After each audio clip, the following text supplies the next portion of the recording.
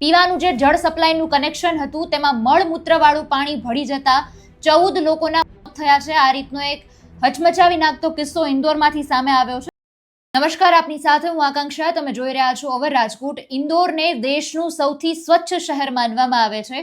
એ જ સ્વચ્છ શહેરમાં 14 લોકોના મોત થયા છે દૂષિત પાણી પીવાના લીધે। પીવાનું જે જળ સપ્લાયનું કનેક્શન હતું તેમાં મળમૂત્રવાળું પાણી ભળી જતા 14 લોકોના મોત થયા છે। આ રીતનો એક હચમચાવી નાખતો કિસ્સો ઇન્દોરમાંથી સામે આવ્યો છે। આપણે વિગતે ચર્ચા કરીએ તો ઇન્દોરના ભગીરથપુરા વિસ્તારમાં નર્મદા જળ સપ્લાયના નામે નાગરિકોને મળમૂત્રવાળું મિશ્રિત પાણી પીવડાવવામાં આવ્યું હતું।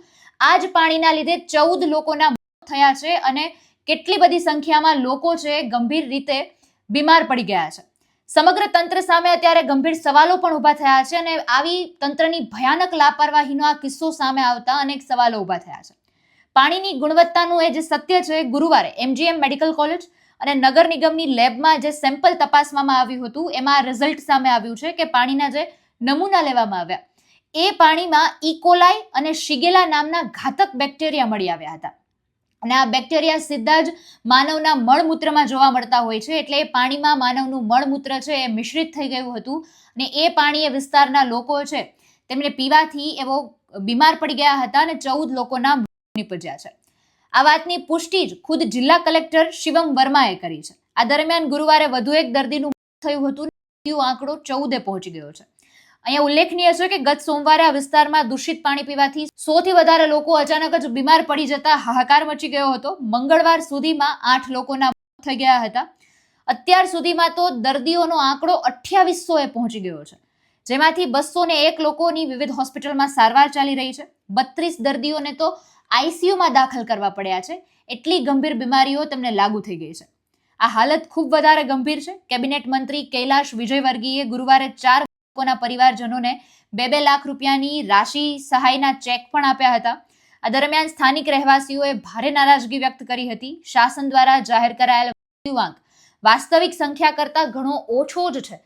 આ રીતના આક્ષેપો પણ તેમના દ્વારા કરવામાં આવ્યા છે। એટલે જે 14 નો આંકડો બતાવી રહ્યા છે એ વાસ્તવિકતામાં 14 નથી, વધારે છે એ આંકડો, કારણ કે 2800 જેટલા તો દર્દીઓનો આંકડો છે, 32-40 જેટલા લોકો આઈસીયુમાં છે। એટલે આંકડો ઓછો છે એ રીતની વાત પણ આક્ષેપો કરવામાં આવ્યા છે। મંત્રીએ લોકોના આક્રોશનો સામનો કરવો પડ્યો હતો। વિજયવર્ગીયે સ્વીકાર્યું છે કે વાસ્તવિક સંખ્યા ખૂબ વધારે હોઈ શકે। ઝાડાને કારણે તમામ મૃત્યુની તપાસ છે, તમામ લોકોના મૃત્યુ છે તેમાં મુખ્યત્વે બીમારી ઝાડા છે અત્યારે દેખાઈ રહ્યા છે અને તેઓને પણ સહાય પૂરી પાડવામાં આવશે। આ મામલે રાષ્ટ્રીય માનવ અધિકારી આયોગે સુઓ મોટો સંયાજ્ઞ લીધું છે અને આયોગે મધ્યપ્રદેશના મુખ્ય સચિવને નોટિસ પણ જારી કરી છે। 2 સપ્તાહમાં વિગતવાર રિપોર્ટ માંગ્યો છે। સતત દૂષિત પાણીની લોકો દ્વારા ફરિયાદો પણ કરવામાં આવતી હતી, પણ અધિકારીઓએ કોઈ પણ પ્રકારની કાર્યવાહી ન કરીને હવે જિલ્લા કલેક્ટર પોતે આ રીતનો ખુલાસો કરી રહ્યા છે કે જે પાણીની તપાસ કરવામાં આવી એમાં આવા ઘાતક બેક્ટેરિયાઓ મળી આવ્યા હતા। 2 જનહિત અરજીઓ છે તેની શુક્રવારે સુનાવણી કરવામાં આવશે અને શાસને સ્ટેટ રિપોર્ટ પણ રજૂ કરવાની વાત કરી છે। હવે આ બધી જ પ્રકારની કાર્યવાહી તો અત્યારે કરવામાં આવી, પણ જે લોકોના મૃત્યુ થઈ ગયા છે, જે પરિવારના લોકોએ પોતાના પરિવારનો એ જે મોભી છે, વ્યક્તિ છે ગુમાવ્યો છે, એને શું 2 લાખની સહાયમાં વ્યક્તિ પાછા આવી જશે?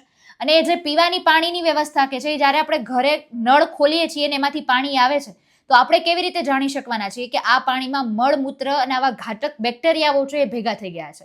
અને આખો પરિવાર છે, નાના બાળકો છે, વડીલો છે, વૃદ્ધો છે, દરેક લોકો એ પાણી પીવે છે અને પછી આ રીતે આટલી સંખ્યામાં લોકો મૃત્યુ પામે છે, ત્યાં સુધી શું કોઈ અધિકારીઓને ધ્યાનમાં નથી આવતું?